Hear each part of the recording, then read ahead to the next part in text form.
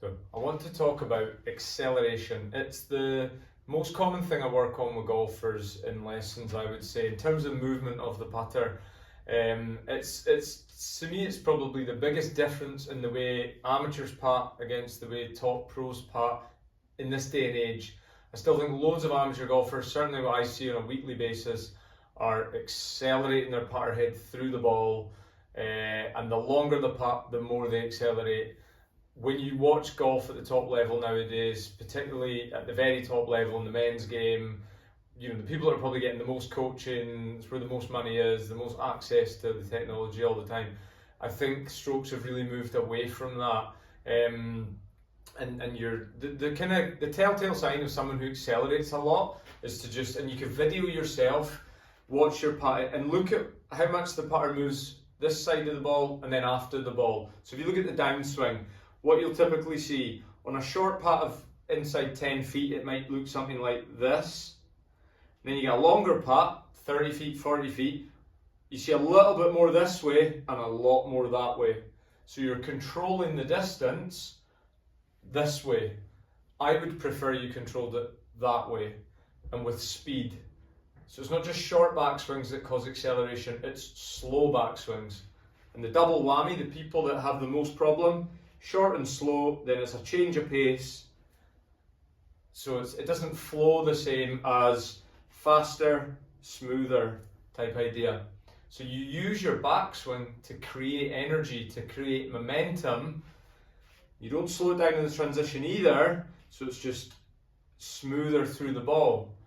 The problem with this is most people think they're going to decelerate if they're not rapidly accelerating. There's middle ground. The middle ground is not doing either. Okay, so you're looking for a constant state of acceleration. But what I would say is don't fear deceleration. It's not, A, hardly anybody does it, and B, you can actually putt quite well with a little bit of a deceleration. The same as you can putt quite well with a little bit of acceleration. We don't need perfection here, but maybe get a video of your putting stroke, particularly on longer putts. Have a look. Are you short and then really long? Okay? There's different ways to do it. Some golfers keep these things very even back and through. Some go long this way, shorter that way. That'll be my preference. I don't force it on everybody, but I like to feel like my downswing, my follow through is a little bit shorter than whatever my backswing was. And my backswing changes based on the length of putt in front of me. Okay? So I'll leave it with an analogy with driving a car for acceleration. If you've had a lesson with me, you'll have heard me say this. I say this to everybody. If you got in a car and I said, this is point A, this is point B, I want you to drive through point B, and when you drive through it, I want your speedometer saying 30 miles per hour. So you drive up to it, anybody would get 30 before they reach point A, and they coast through, they cruise through, holding it at 30. Think of a putting analogy of acceleration. What they're doing is they're driving up, they're approaching the golf ball with the putter head, and they're speeding up all the time because they're accelerating because of the slow and short backswing.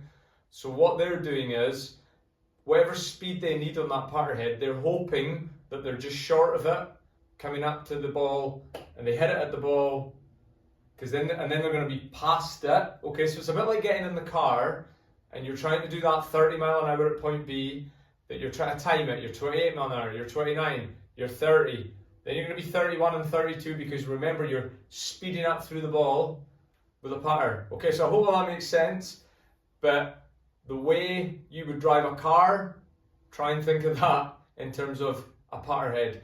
Get your speed cruising through, okay? Do not speed up through it. You can do it. There's still world-class putters in the world today that accelerate. They tend to be older tour members, if you like. Not all of them, but the way most younger tour players have gone, driven by the technology they've all got access to nowadays, and the way it's just, I think that industry doesn't debate this anymore, to my knowledge. I don't think there's people still out there saying, no, we want to accelerate through our putts. It's a good thing. As far as I'm concerned, that argument is hopefully dead, with all the sort of putting coaches out there nowadays. because what we use the technology and we see bad putters all the time accelerating like mad, okay? And if you've got a bit of acceleration on a shorter putt, you'll have more on a medium length, even more on a longer putt. That acceleration just ramps up all the time the longer the putt, because you find you get the distance through more of this, okay? So let's try and get more this idea, okay? Get that putter flowing, longer, quicker backswings, coasting in, okay? Thanks.